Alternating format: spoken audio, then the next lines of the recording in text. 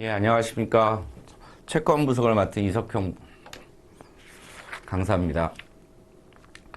오늘 채권에 대해서 설명을 좀 드릴 텐데요. 이 채권이라는 게 기본적으로는 만기가 있는 겁니다. 주식하고 다르게. 최근에 우리나라에서 이제 국채 열풍이 들어서 채권 투자를 많이 하고 있습니다. 그래서 채권 투자를 처음에 보면 되게 쉬운 것 같은데 가면 갈수록 뒤로 갈수록 채권이 좀 어렵다는 걸 느낄 수 있습니다. 그래서 우리 채권이 왜 이렇게 가격이 싸게 되죠? 그러면 예금하고 차이가 있는데요. 예금하고 채권하고 차이를 좀 아셔야 됩니다.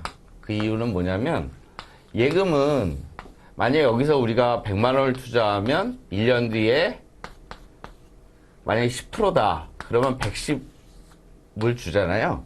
5%다. 그러면 얼마를 주죠? 105를 줍니다. 근데 채권은 뭐냐면 거꾸로입니다. 이 100을 투자해서 이자가 붙는 개념인데 채권은 거꾸로 만기에 이게 만기가 되는 겁니다. 다시 얘기해서 만기에 1년 전에 그러면 만약에 5%이면 이 채권은 얼마에 사면 만기에 100을 받을 수 있나? 만약에 10%이면 얼마를 받을 수 있나 이렇게 보면 대충 5%면 95 근처에 있을 거고요. 만약에 10%면 90에서 뭐 91 사이에 있을 겁니다. 그럼 다시 말씀드리면 95에 사서 만기에 원금을 받는 거고 예금은 거꾸로 원금에서 1년 뒤에 이자를 붙은 가격을 받는 겁니다. 그래서 우리가 채권을 공부하면서 맨날 우리 예금만 생각하고 있는데 채권과 예금은 완전히 다르다는 겁니다. 그리고 우리나라는 다른 나라와 다르게 전산화가 너무 잘 돼 있습니다. 채권이 굉장히 발달한 나라라고 생각하시면 됩니다. 그래서 처음에 채권에 대한 종류를 좀 설명을 드릴 텐데요. 이 채권에서 종류에 대해서 우리가 정확히 알아야 될 게 현금 흐름입니다. 그리고 두 번째는 이 채권의 종류가 있어요. 그 국내채하고 외국채가 있는데요. 그것도 뒤에 말씀드리겠습니다. 아마 그쪽에서 시험이 하나 나올 수가 있으니까 정확히 말씀드리겠습니다. 그 다음에 이제 채권 가격인데 채권 가격을 어떻게 계산할 건데 그 다음에 수익률 종류가 여러 가지가 있습니다. 그 다음에 제일 여기서 중요한 게 실효 수익률이라는 겁니다. 왜 그러냐면 실효, 이펙티브니스거든요. 이펙티브 일드인데 이게 왜 중요하냐면 이자를 반년마다 주는 게 있고 3개월마다 주는 게 있고 반년마다 주는 경우가 있습니다. 그러면 둘 다 5% 수익률인데 퍼 애넘으로 연 수익률이 5%인데 3개월 때하고 6개월 때하고 어느 게 수익률이 더 좋냐 이거죠. 그게 되게 중요하고요. 두 번째는 재투자 수익률이라는 말이 되게 중요합니다. 우선 써놓으세요.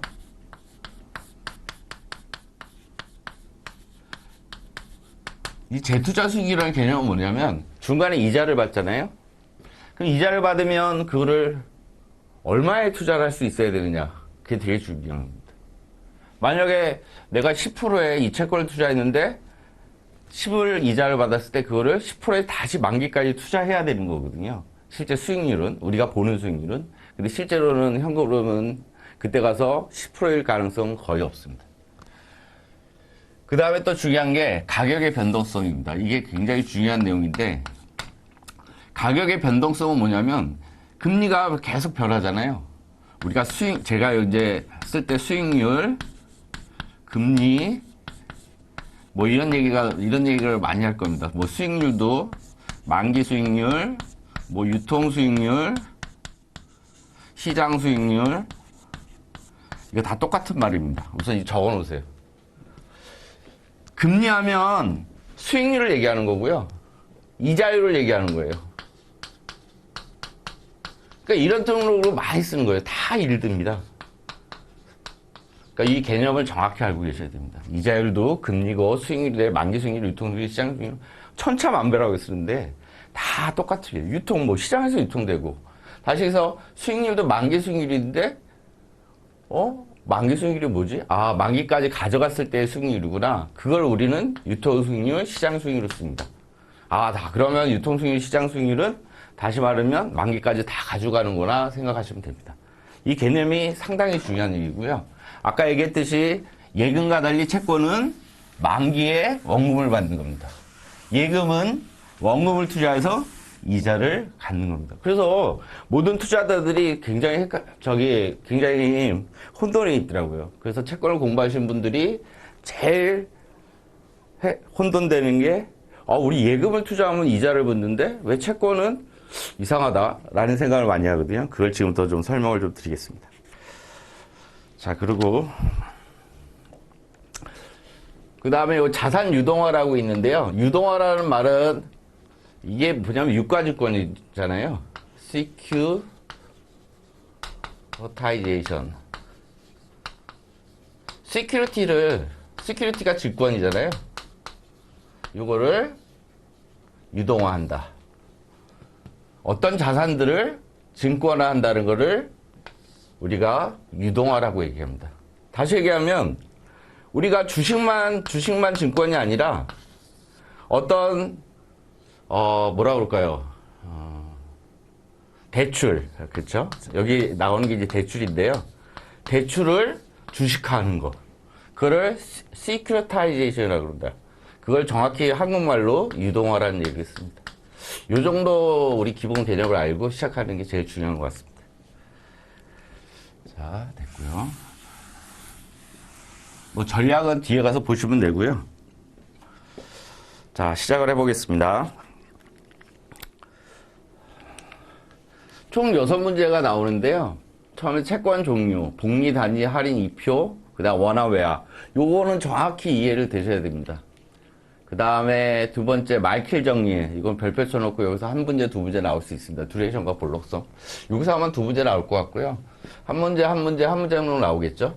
근데 여기가 굉장히 어려운 부분인데요. 여기서 한 문제 또는 두 문제가 나올 수가 있을 것 같은데요. 여기서 두 문제 안 나오면 여기서 두 문제가 나오는데, 거기서 나올 부분을 제가 별 3개를 표시해 드리겠습니다. 네. 자. 여기 지금 보면 옛날에, 아주 옛날에 채권의 그거를 제가 인터넷에서 뽑았는데요. 지금 다 전자식으로 돼 있습니다. 그래서 내가 채권을 살 때는 내 통장에 채권 샀다는 것만 이제 표시가 되지, 이런 증서를 주지 않습니다. 옛날에 여기 쿠폰도 이렇게 붙어 있었거든요. 그래서 딱지를 하나 따서 가서 쿠폰을 받아왔는데 지금은 다 전자식으로 되어 있습니다. 근데 여기 뭐가 있냐면 만기에 주는 돈, 5천만 원이구나. 그럼 만기일이 언제지? 여기구나. 그 다음은 이자가 얼마지? 그 다음 채권 종류가 뭐지? 보통 회사채는 중간에 이자를 줍니다. 아까 같이 이렇게, 여기 제가 이렇게 됐죠? 이자. 요걸 떼다가 이자를 받고, 그러니까 만기, 원금, 이자율 아까 뭐라고 그랬죠? 이자율, 수익률, 금리, 유통 수익률, 만기 수익률, 시장 수익률. 그건 다 같은 말이다 라고 생각하시면 됩니다. 채권에 대한 기본적인 건 제가 설명을 드렸고요. 그 다음 이제부터 시작을 좀 해보겠습니다. 자, 채권이라는 거는 어차피 증권입니다. 우리 자본시장법이라고 있습니다. 자본시장법은 실제 은행법하고 다르게 자본시장에서 운영하는 법입니다. 보통 증권회사에서 많이 사용하는 거죠. 유가증권 이런 거는 전부 다 자본시장법에 적용을 받습니다. 그 중에 바로 지분증권입니다. 요게 주식입니다. 지분증권. 그 다음에 요 메뉴에 빨간 거로 되어 있는 게 있죠. 잘 안 보이시는데 요게 채권입니다. 자, 보면 증권이라 하면 어떤 거라고 그랬죠? 추가로 지급을 부담하지 않는 거예요. 내가 이 말은 뭐냐면 100만 원을 투자했을 때 100만 원 이상 손실을 보면 안 됩니다. 내가 주식을 100만 원 살 때 이게 나중에 상장 폐지가 돼서 100만 원만 손실을 보잖아요. 만약에 더 손실을 본다? 그러면 뒤에 보면 옵션, 선물, 수합, 이게 뭐죠? 파생 상품입니다. 선물, 선도, 뒤에 나오죠? 이게 다 파생 상품입니다. 그래서 증권이 아닌 거는 이거고, 채무증권입니다. 근데 채권이란 정부, 지방자치, 특수법인. 이 특수법인이 뭐죠? 여러 가지죠. 특별법이 있습니다. 뭐냐면, 산업은행에서 말하는 상금채, 그 다음에 농협은행에서 발행하는 농금채, 뭐 이런 것도 특별법에 있는 거죠. 여기서 두 가지 이제 이따가 채권 두 개를 말씀드릴 텐데, 그 구분을 잘 하셔야 됩니다. 그 다음 상법상, 아무나 발행하는 게 아니고요. 상법과 주식회사들이 비교적 장기 자금입니다. 보통 우리가 3년인데 요즘은 5년, 7년짜리도 많이 나옵니다. 7년 발행을 많이 하더라고요, 요즘. 왜냐하면 금리가 옛날에 7, 8%가 아니라 지금 3%대로 금리가 내려와서 실제로 투자자 수익률을 더 맞추기 위해서는 만기할수록 위험이 크잖아요. 그래서 7년짜리도 많이 발행됩니다. 예. 채무 표시 증권이라는 겁니다. 제일 중요한 게 뭐냐면 채무 증권이라는 겁니다. 주식과 달리. 자, 다음 페이지 넘어가겠습니다. 좀 지우고 할까요?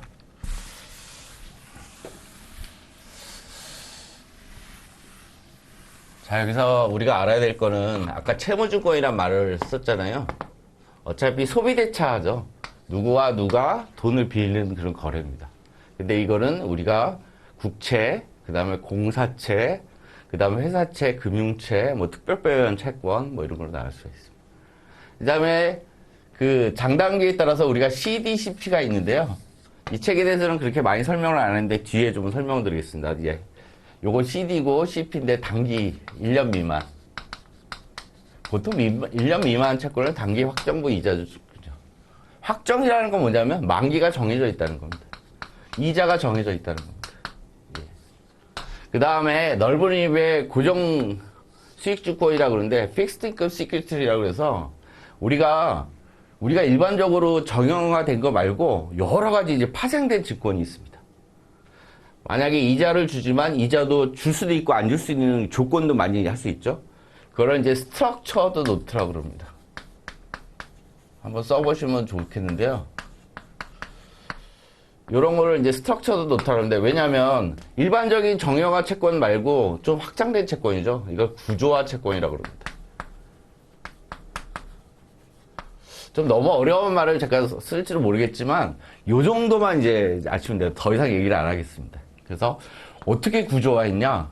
우리 일반적으로 만기가 3년인데 3개월마다 이자를 연이율로 8%니까 3개월마다 이자를 주면 2%씩 주는 거잖아요. 그러면 그거를 꼭 2%를 줄 수도 있고 안 줄 수도 있는 이런 조건을 붙이면 어떻게 약간 변형이 된 거죠. 그런 채권들을 이제 구조화 채권, 아주 넓은 의미로는 Fixed Income Security라고 합니다. 이 증권이잖아요, 아까. 증권인데 무슨 증권? 채무증권이라는 거. 네. 그래서 부동산 갖고 하면 부동산 백은 뭐냐면 우리가 보면 보증을 한다는 거야. 백을 한다고 보증한다는 거예요. 그래서 어떤 자산 아까 뭐랬죠? 대출. 그 다음에 뭘로 할 수도 있죠? 뭐 비행기를 내가 사고 싶은데 돈이 없어요. 그럼 비행기를 담보로 해가지고 돈을 빌려가지고 대출을 하면 되는데 대출을 안 하고 유가증권, 아까 증권 형태로 해서 발행을 할 수 있습니다. 그 다음에 부채, 아까 그랬죠? 대출. 이걸 collateral debt obligation이라고 합니다. 이거 뒤에 가서 좀 설명을 드리겠습니다. 자, 처음부터 잘 정의하면 우리 일반적인 채권은 채무증권이라고 그랬습니다. 증권이란 말은 100만 원 투자해서 100만 원 이상 손실 보면 안 됩니다. 100만 원 투자해서 200만 원 손실 보면 그는 우리는 자본시장법에서 파생상품이라고 정의를 했습니다. 됐고요. 자, 좀 넘어가 볼까요? 여기 CD란 말이 이제 나오죠? Certificate of Deposit이라는 겁니다. 양도성 예금 증서라고 하는데요. 보면 양도를 할 수 있다는 겁니다. 만기 전에는 이제 우리가 상환할 수도 없지만 실제로는 양도는 가능하다는 증권입니다. 단기입니다. 그래서 채권의 기본적인 특성을 보면 발행 자격의 법적 제한, 누구나 발행할 수 있는 것은 아니고요. 어떤 상법이나 법에 의해서 우리가 발행할 수 있는 겁니다. 그 다음에 이자를 지급하겠죠. 그 다음에 아까 말씀드렸죠. 만기가 있다고 그랬죠. 그 다음에 단기가 아니라 장기라고 그랬죠. 아까 채권을 보셨을 때 뭐가 있었죠? 만기에 주는 돈, 이자율, 그 다음에 뭐 발행일, 그 다음에 뒤에 이자는 얼마나 주나 그런 게 다 들어있다는 겁니다. 자, 양도세 예금증서에 대해서 좀 설명을 해놨는데요. 보통 은행이 발행합니다. 보통이 아니라 은행이 발행을 합니다. 무기명입니다. 양도를 할 수 있으니까. 할인을 하죠. 할인이라는 말이 뭐죠? 예금하고 달리 만개 주는 돈이 있으니까 만개 100을 주면 여기에 내가 얼마에 사죠? 5%면 95, 10%면 약 100 근처에서 사면 됩니다. 그래서 만개 가서 원금을 찾아가는 겁니다. 예금은 돈이 붙는 거죠.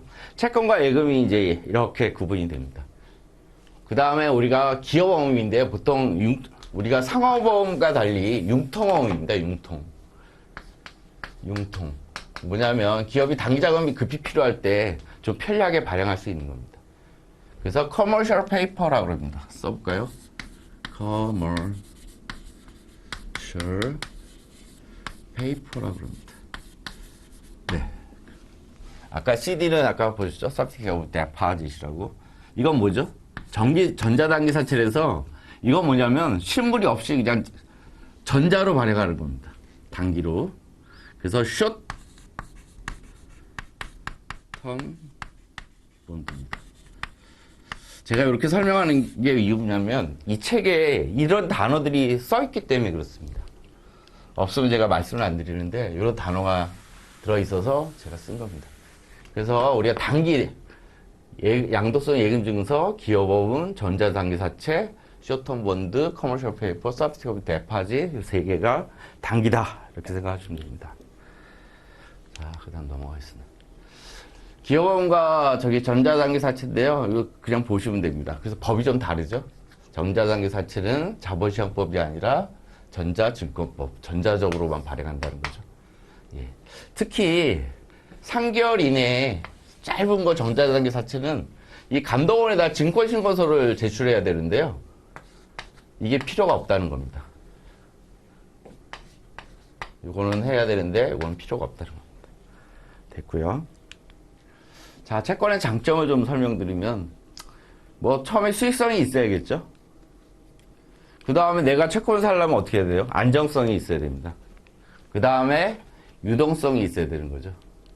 보면 국제공사채는 거의 준공기업이잖아요. 국채는 나라에서 국회 동의를 받습니다. 공사채는 공사채법에 의해서 되고요. 은행채 우리 은행들 좋잖아요. 우리나라 시중은행들이 전 세계에서 30에서 50위 정도 되거든요. 그래서 굉장히 시용도가 좋습니다. 그 다음에 되게 좋은 회사 삼성전자 채권을 발행하면 뭐 하이닉스, SK텔레콤 이런데 그 시용도가 좋은 회사들이 발행하니까 좀 안정성이 있죠. 우리가 살 때도 안정성이 있는 채권을 많이 삽니다. 그러나 이런 채권 말고 시용등급이 굉장히 낮은 우리가 시용등급을 트리플 A부터 쭉쭉 내려가다가 트리플 B도 있죠. 요즘은 좀 안정적이지 않아요. 이런 것도 잘 선택해서 사는데 실제 투자자가 결정을 하는 겁니다. 아주 시용등급이 안 좋아도 이 회사는 건전성에 문제 없다 그래서 증권사나 애널리스트들이 이걸 판단해 줍니다. 특히 발행할 때 시용등급을 주는 평가회사들이 판단해 줄 수 있습니다. 그 다음에 제일 중요한 게 내가 채권을 3년 만기 샀는데 1년 지나니까 이거 팔고 싶어요. 팔 수가 있어야 되죠. 국채 같은 경우는 장내 상장이 돼 있습니다. 공사채도 일부 상장이 돼 있고요. 은행채도 일부 상장이 돼 있습니다. 그 다음에 시용도가 높은 회사도 상장이 돼 있는데 시용등급이 안 된 상장은 상장이 안 돼 있습니다. 물론 상장된 인사가 회사채가 있고 채권이 있고 아닌 게 있는데요. 보통 시용등급이 높은 채권은 상장이 돼 있습니다. 그러면 우리가 어떻게 하죠? 우리가 주식하죠. HTS로. 그 안에 들어가서 우리가 사고 팔 수 있습니다. 장내에서. 그렇지 않으면 장외에서 팔아야 되잖아요. 장외에서 팔면 문제가 뭐냐면 장외에선 거래가 10억 이상은 돼야지 거래가 돼요. 근데 내가 1억 원이 샀는데 이걸 살 사람을 장외에서 찾을 수가 없는 거예요. 쉽지가 않습니다. 그래서 보통 상장 회사들을 상장 채권이라고 하거든요. 상장이 돼 있는 채권. 상장 채권들을 많이 거래합니다. 예. 여기 밑에죠. 유동성이 있어야 되는데 상장 채권을 많이 거래합니다.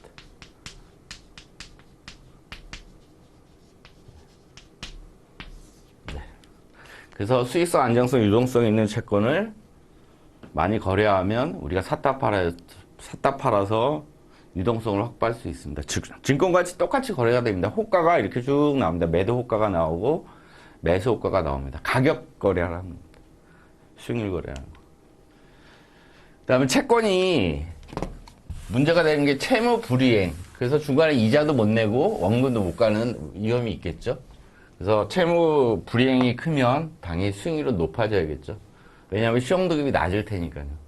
시험등급이 낮을수록 우리가 금리를 많이 주지 않으면 투자자가 사질 않죠. 그 다음에 가격 변동 위험이 있습니다. 어떤 가격이죠? 아까 말씀드렸듯이 잘 보세요. 아까 5% 10% 얘기했죠? 1년 뒤에 100을 주는 만기가 있는데 5%면 내가 95가 돼요. 근데 갑자기 어느 날 그 다음날 10%로 변했어요. 그럼 가격이 어떻게 되죠? 100으로 빠집니다. 근데 내가 10% 됐는데 이 회사가 정상화됐어요. 95가 됩니다. 하루에 5%씩 변할 수가 있습니다. 왜냐면 시험급이 수시간 변할 수가 있으니까. 우리 레고 사태 때 작년에 우리 레고랜드 사태라는 게 있었습니다. 그때 금리가 폭등을 하는 거예요. 국채도 금리가 올라가는데 회사채는 국채에다가 더 금리를 더 줘야 되잖아요. 그러니까 그 금리를 더 주는 게 이제 스프레드라고 그럽니다. 그게 이제 엄청나게 해서 5%에 있던 금리가 10%로 가서 잠깐만요. 90이죠, 90. 자, 다시 할게요. 95 있던 5% 있던 게 10%로 가면 거의 90 정도 되잖아요. 그래서 그냥 채권 가격이 이렇게 빠진 겁니다. 그럼 나는 얼마나 손해를 보는 거죠? 그죠? 5% 이상 손실을 보는 거죠. 그쵸? 그 다음에 90이었다가 좋으면 95니까 5% 이상 이익을 보는 겁니다. 그 채권도 가격 변동이 되게 심한데 우리가 등급이 낮을수록 더 심하다고 볼 수가 있습니다.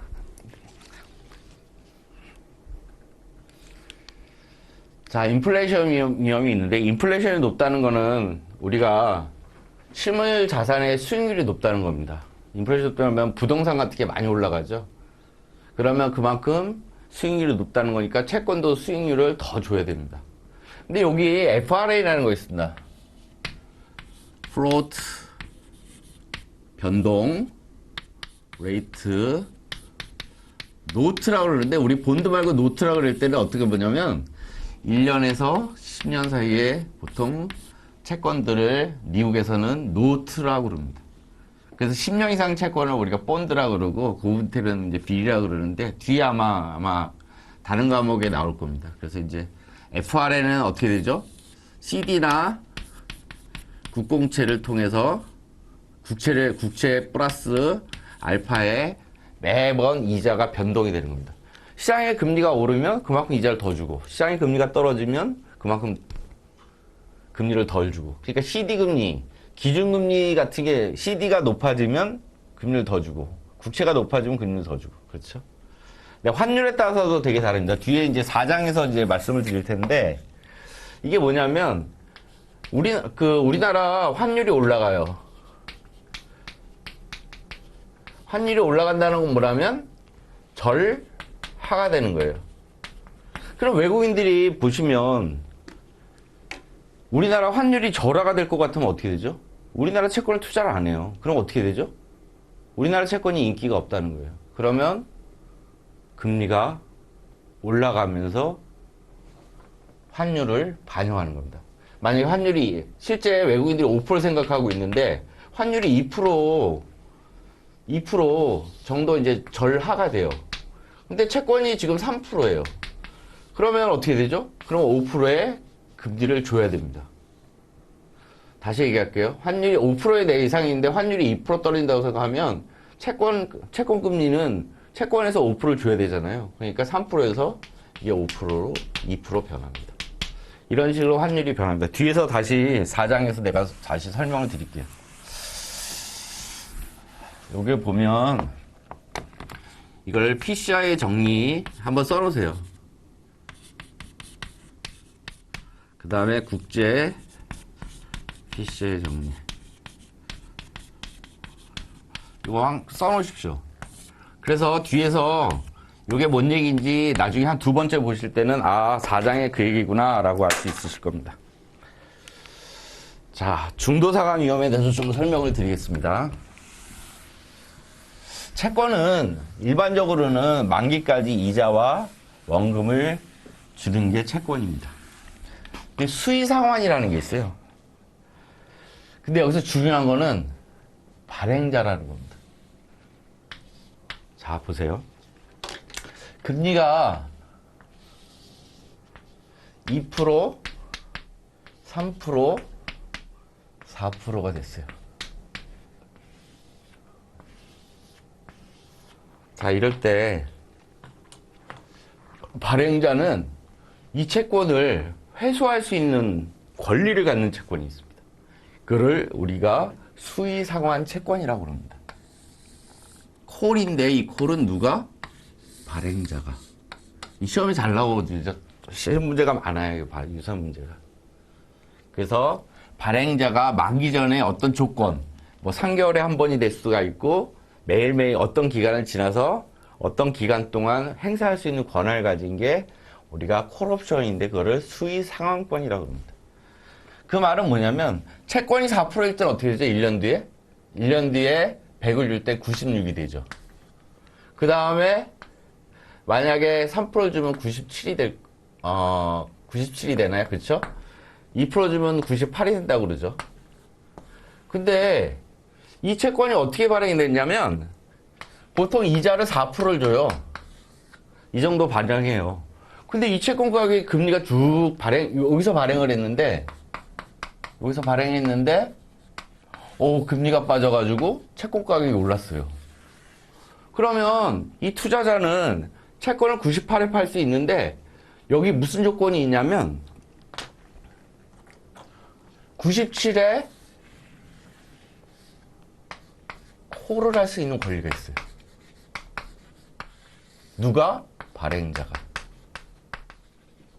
그 말은 무슨 얘기죠? 처음에 4%를 발행했는데 이 채권이 금리가 2%까지 빠졌어요. 근데 발행자가 어떻게? 97에 살 수 있는 권리를 가진 거예요. 그러면 어떻게 되죠? 이 발행자는 당연히 97에 사서 어떻게 되죠? 98에 팔 수가 있어요. 다시 얘기하겠습니다. 원래 4%에 발행을 했는데 금리가 2%가 빠졌어요. 4%에서 2%로 빠졌어요, 지금 현재. 근데 발행자가 콜을 할 수 있는 거죠. 그게 수의상환권이고. 근데 시장금리가 2%로 빠졌어요. 그럼 어떻게 되죠? 그럼에도 불구하고 발행자는 97에 이 채권을 사서 다시 발행을 해요. 다시 발행하면 얼마에 발행했어요? 98행에 비싸게 채권을 발행할 수 있다는 겁니다. 그래서 제가 예금하고 채권을 자꾸 구분하는 게 채권을 자꾸 만기에 원금을 준다고 자꾸 생각을 하셔야 됩니다. 그래서 우리가 채권 공부한 다음에 뒤로 가면 또 까먹어요. 그렇죠? 우선 채권과 예금의 구분을 정확히 하시는 게 제일 중요한 것 같습니다. 네. 자, 이게 수의상환권입니다. 그러면 어떻게 되죠? 일반 채권, 이런 조건을 딱 붙이면 투자자에게 불리해요. 왜? 투자자는 98에 팔 수 있는데 97에 팔아야 되니까. 그럼 어떻게 되죠? 표면 이율이라는 게 뭐냐면 이자입니다. 우리는 이걸 쿠폰이라고 그러죠. 쿠폰이라고 합니다. 쿠폰이라고 책에도 써 있어요, 그냥. 이자, 표면 이율 곱하기 원금에다가 8%다 그러면 100에 8%다 그러면 8을 준다는 거예요. 그래서 그 이자율을 우리가 이자율, 쿠폰 이율 그렇게 얘기합니다. 그래서 이거보다 높겠죠? 이게 꼭 알고 계셔야 됩니다.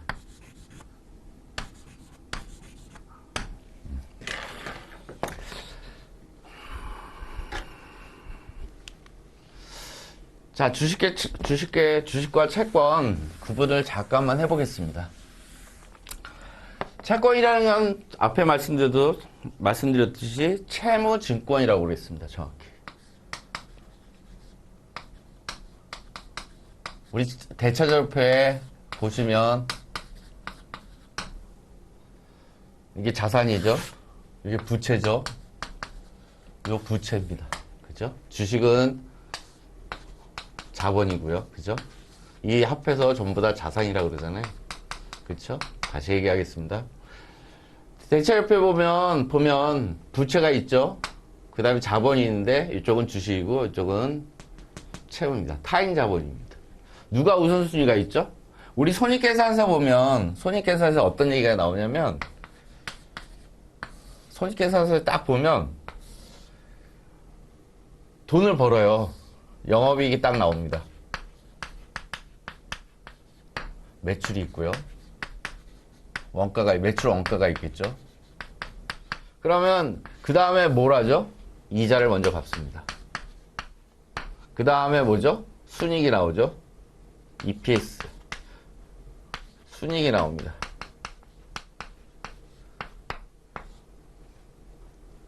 순이익이 나오는데 이자를 준 다음에 순이익이 있을 때 배당을 주는 겁니다. 누가 우선순위죠? 다시 말씀드리면 손익계산서 보면 영업이익이 나오고 이자를 준 다음에 순이익이 나오는데 이자를 먼저 주죠. 그래서 채무를 먼저 갖고 남은 돈 갖고 주주에 배당하는 거예요. 그러니까 이게 우선순위가 더 있는 거죠. 그죠? 그렇습니다.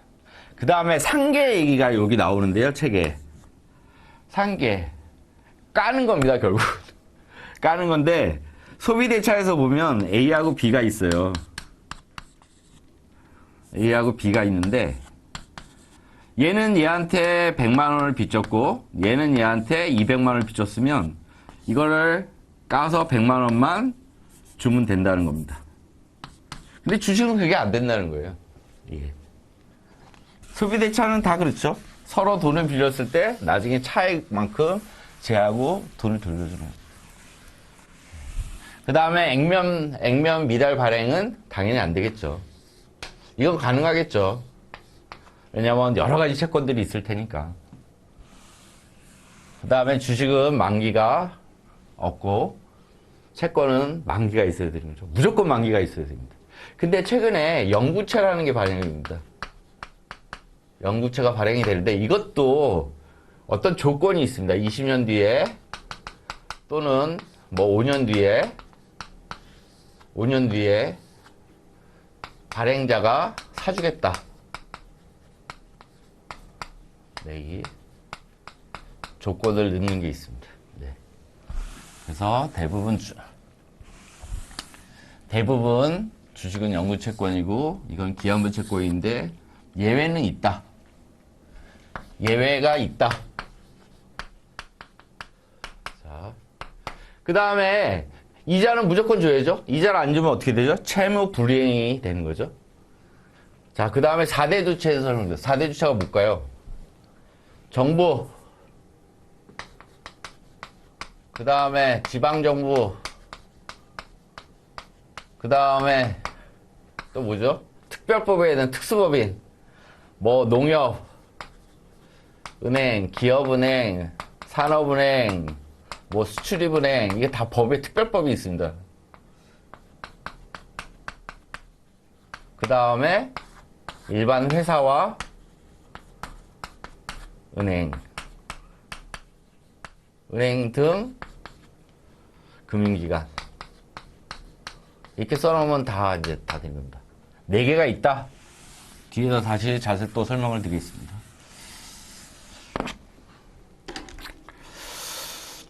지금까지 어떠십니까? 좀 어려우세요? 근데 채권은 뒤로 갈수록 자꾸 앞에 내용이 이제 헷갈리는데요. 앞에 내용만 정확히 우리가 구별을 해놓으면 뒤에 뭐 선물, 옵션, 그 다음에 수합이 있잖아요. 그거를 원활하게 그냥 술술술 넘어갑니다. 그러니까 채권 개념이 자꾸 흔들려요. 뒤로 갈수록. 그래서 요거는 꼭 정독을 해서 들으시는 게 좋습니다. 자, 채권의 기본 용어 다시 설명드릴게요. 만기에 주는 돈을 우리는 액면가라고 합니다. 그 다음에 아까 얘기했죠? 표면금리, 표면이율. 그쵸? 이걸 또 뭐라고 그러죠? 쿠폰이라고 그럽니다. 쿠폰 레이트. 그러니까 이자를 보통 쿠폰이라고 그럽니다. 우리 실무에서는 쿠폰. 이자. 그걸 주는 이율을 표면이율, 표면금리. 그 다음에 발행일이 있죠? 그래서 문제 하나 여기 있습니다. 발행일 이전에 채권을 팔 수가 있다, 없다. 그걸 우리는 선매출이라고 그럽니다. 발행일 이전에도 어떻게 하죠? 자, 또 100이라는 게 있습니다. 여기 5%예요. 8인치예요, 그냥. 95예요. 그냥 우리 쉽게 얘기하는 거예요. 뒤에 가서 채권은 더 정확히 말씀드릴게요. 근데 그 전에 한 달 전에 할 수 있어요. 그럼 어떡하죠? 그 다음에 그럼 1% 여기가 보면 저기 뭐죠? 1년에 5%니까 한 달이면 어떻게 되죠? 0.5%? 약 0.4%를 더 할인하는 거죠. 그럼 어떻게 되죠? 94.6에 요 채권을 사면 됩니다. 다시 얘기하겠습니다. 1년 5%일 때 1년 전에 보면 우리가 얼추 95에 사는데 한 달 전이면 요걸 11으로 나눠서 야 0.4다 그러면 94.6에 사시면 됩니다. 그렇죠? 선매출은 가능하다. 거기 써 있습니다. 발행일이 동일해도 매출일은 서로 다를 수 있다. 이걸 선매출이라고 그러는데 발행일은 정해져 있거든요.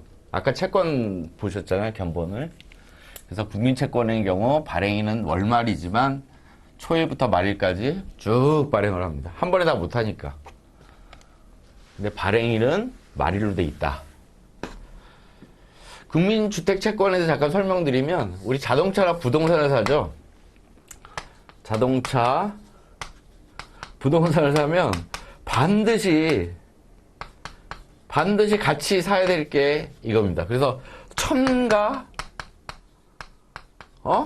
꼭 사야 되는 거 필 소와 첨가로 우리가 사야 되는 채권입니다. 다시 한번 써볼게요. 첨가 소와 채권이라고 있습니다. 이거는 뭐냐면 국민주택채권이 대표적인데 자동차나 부동산을 살 때 꼭 사야 되는 채권입니다. 그래가지고 우리가 이걸 살 때 이걸 사가지고 바로 팔아버리죠. 근데 그걸 갖고 있어도 됩니다. 갖고 있으면 훨씬 좋은데 그냥 우리가 이제 돈을 아끼려고 그냥 돈을 좀 유동성이 좀 돈이 모자르니까 그걸 갖고 있지 못하는데 요즘같이 금리가 높을 때 4% 이상의 이자율이 나오니까 사기가 좋습니다.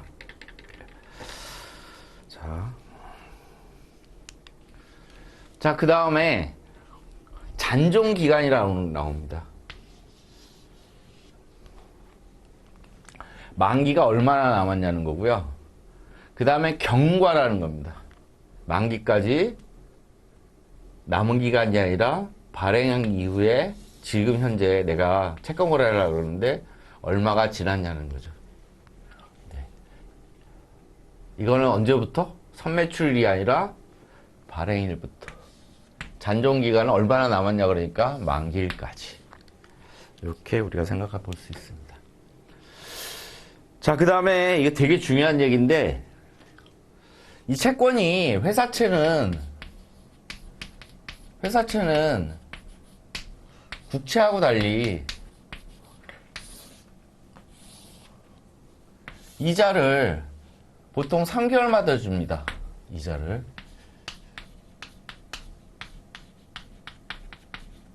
그 다음에 국채는 6개월마다 줍니다. 이게 좀 다른데요. 그러면 이게 좀 다른 얘기가 있습니다. 뭐냐면 내가 8%에 3개월마다 이자를 받는데 어떤 거는 6개월마다 주고 어떤 거는 3개월마다 준다. 그럼 어떤 게 유리할까요? 3개월이 유리할 겁니다. 왜냐하면 2%를 받아서 재투자하는 거니까. 이 뒤에서 말씀드리는데 이거를 하나 써놓으세요. 여기다가 실효수익률이라고. 실효수익률은 아마 시험에 아마 나올 겁니다. 이 단어는 꼭 나옵니다. 왜냐면 요거는 4%를 주잖아요. 4%를 주잖아요. 6개월 1년에. 근데 이거는 2%를 줍니다. 3개월마다. 1년이면. 그러면 2%를 받아가지고 재투자해요. 이거를 재투자합니다. 이렇게 재투자. 만기까지. 이렇게 재투자하고, 이렇게 재투자하고, 이렇게 재투자하는데, 이거보다 이게 수익률이 더 나옵니다. 실효 수익률이 더 나옵니다. 다시 얘기하면, 지급 주기가 짧을수록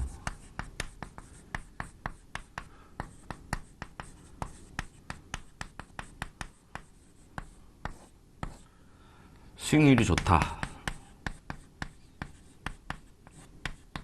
하나 적어 놓으십시오. 되게 중요한 내용입니다. 별 3개 칠까요?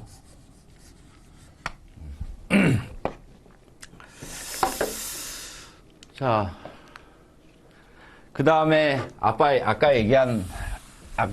초반에 얘기한 시장 수익률, 유통 수익률, 그다음 만기 수익률은 다 같은 말이다. 다 같은 말이다.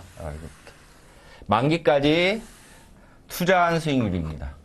만기에 내가 갖고 있을 때의 수익률입니다.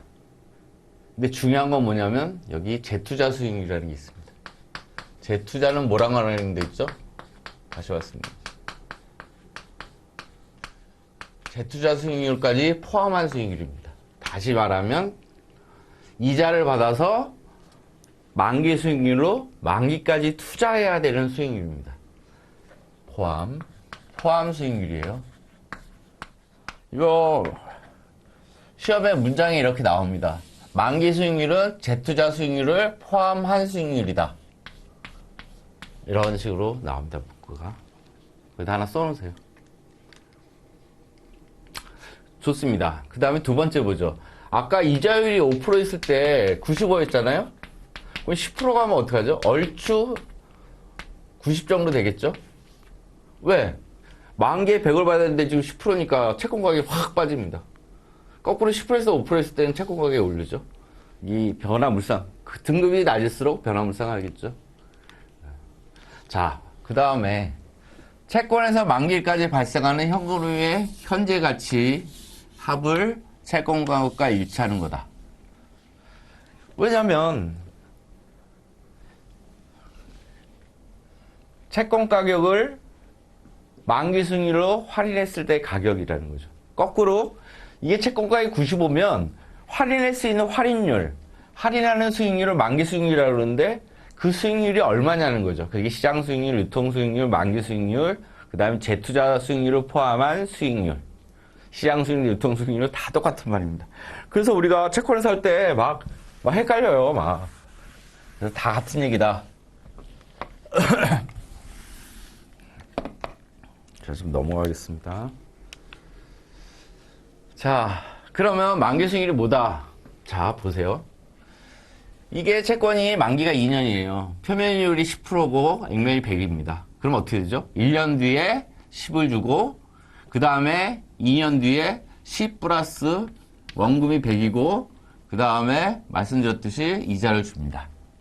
그러면 이걸 풀어야죠. 그죠? 이 채권 가격을 만족하는 가격이 수익률이 우리가 만기 수익입니다. 그 뒤에 교환해 보시면 이렇게 풀었는데요. 실제는 뭐 이거를 2차 방정식, 그러니까 3차 방정식, 4차 방정식 되면 못 풀어요. 그죠? 어떻게 하죠? 트라이 앤 에러로 막 풀어내죠. 네, 대충 트라이 앤 에러로 풀어가지고 맞추죠. 소수, 뭐, 9% 맞추고, 뭐, 소수 첫째까지 맞추고, 뭐, 그 다음 소수 둘째짜리에 맞춰서 이렇게 합니다. 그리고 엑셀에도 그런 찾는 게 있어요. 네. 그래서 채권에서 만기까지 발생하는 현금흐름의 현재 가치 합을, 현재 가치라는 거 할인하는 겁니다. 할인해서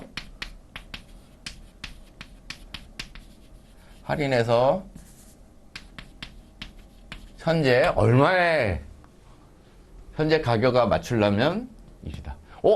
여기서 되게 중요한 거 있습니다.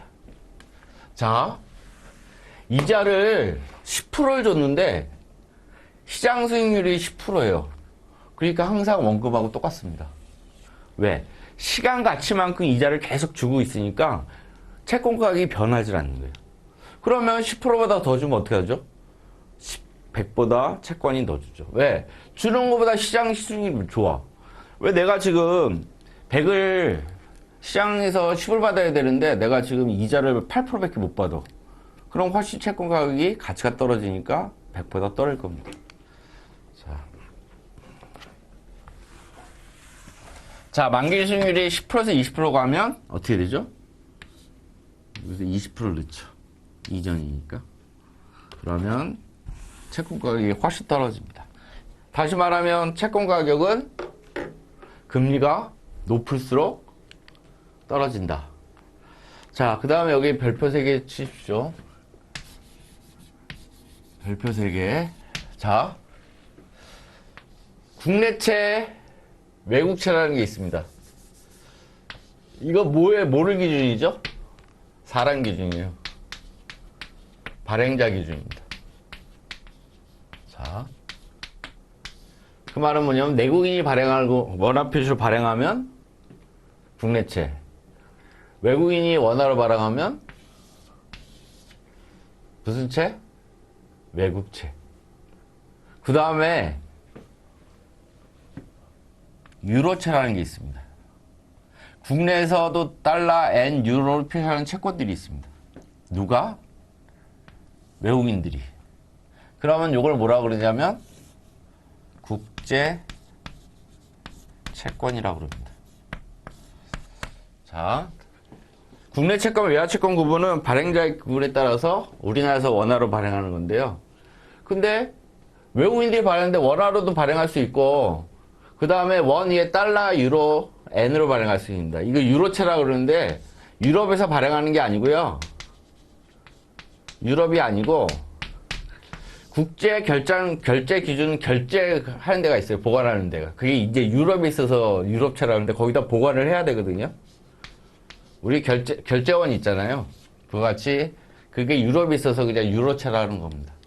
자, 사람에 따라서 국내채, 외국채로 원화로 발행하는 게 있고, 외국인이 발행하는 거는 국제채라 그러는데, 그 외국채와 유로채가 있습니다.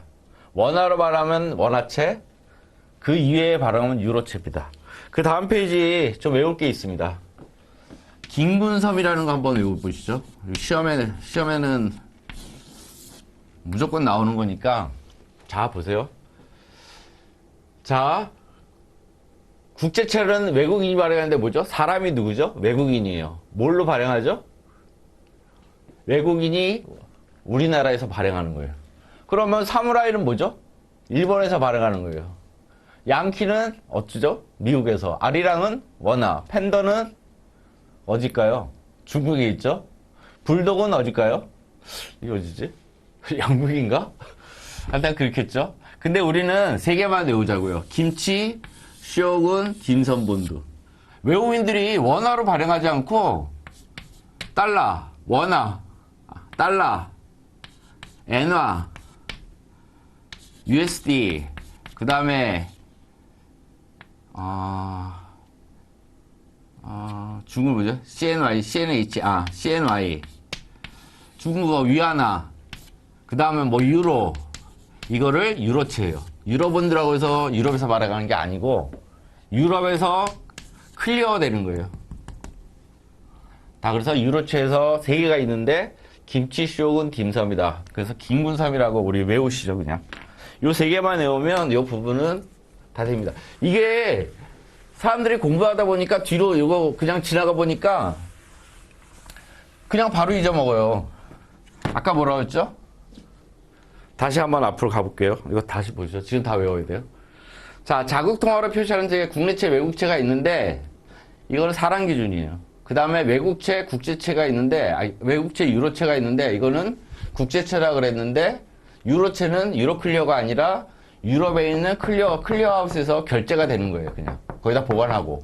근데 그게 우리나라에서 발행하는데 N으로 발행할 수 있고 유로, 달러, 뭐 그다음 다른 뭐 위안화도 발행할 수 있는데 그게 김군섬이라는 거죠. 그래서 김치는 우리나라 거잖아요. 쇼는 일본 거잖아요. 딤섬은 중국 거잖아요. 그래서 김군섬 해가지고 3개만 외우시면 이 부분은 이제 다 클리어 됐습니다. 자, 외국인이 우리나라에서 원화 채권을 발행하면 아리랑이겠죠? 달러로 발행하면 김치겠죠. 자, 그럼 중국 이외의 나라에서 발행하는 위안화 채권은 뭘까요?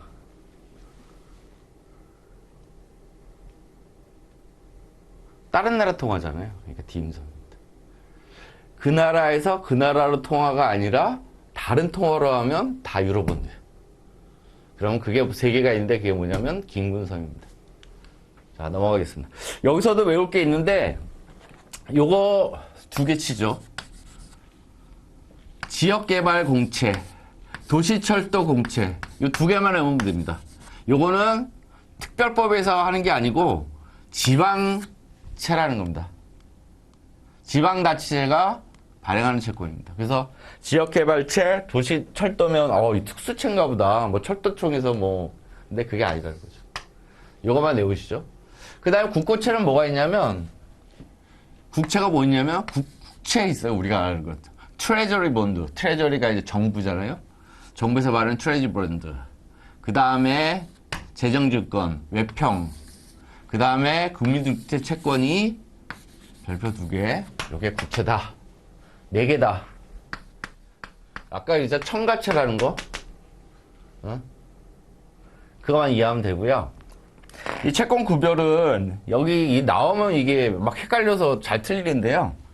학문에서 발행하겠죠, 통한채는.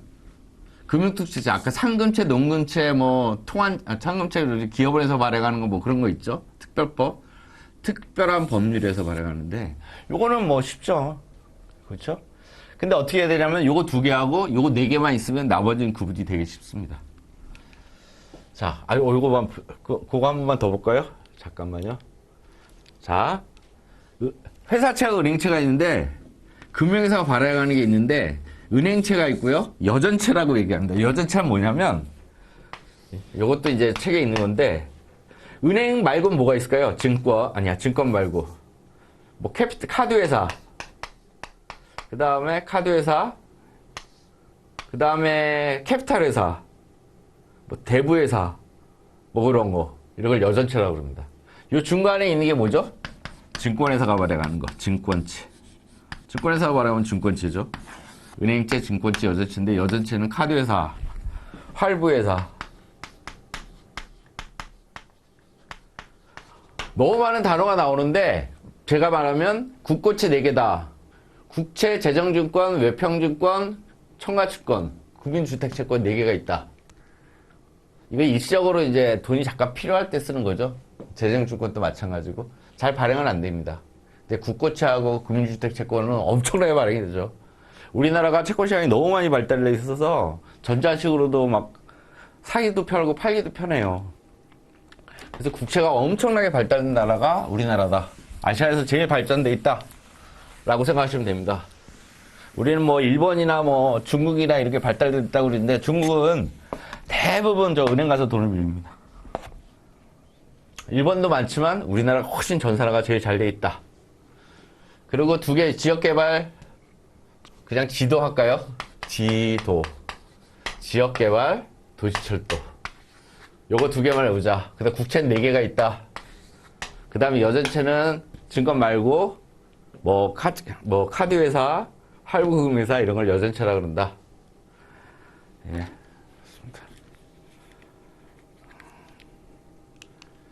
그 다음에 담보부 채권이 있고요. 담보를 제공하는 발행하는 채권이 있고요. 그 다음 보증과 보증 안 한 채권이 있습니다.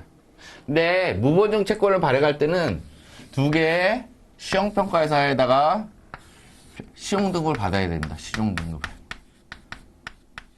이건 의무적으로 돼 있습니다. 자본시장법에 딱 돼 있습니다. 시용등급 2개. 근데 우리나라 채권들은 무보증채입니다. 무보증 선순위 채권입니다. 후순위가 아니고 선순위입니다. 그냥 채권이라고 그러면 다 선순위입니다. 그래서 선순위라고 말을 쓰는데 시니어, 언스퀘어드, 시큐어 보증을 안 한 겁니다. 그래서 우리나라 대부분 채권은 무보증 사채다. 자, 잠깐 쉬었다가 그 다음 걸 하겠습니다. 예, 잠깐 쉬겠습니다.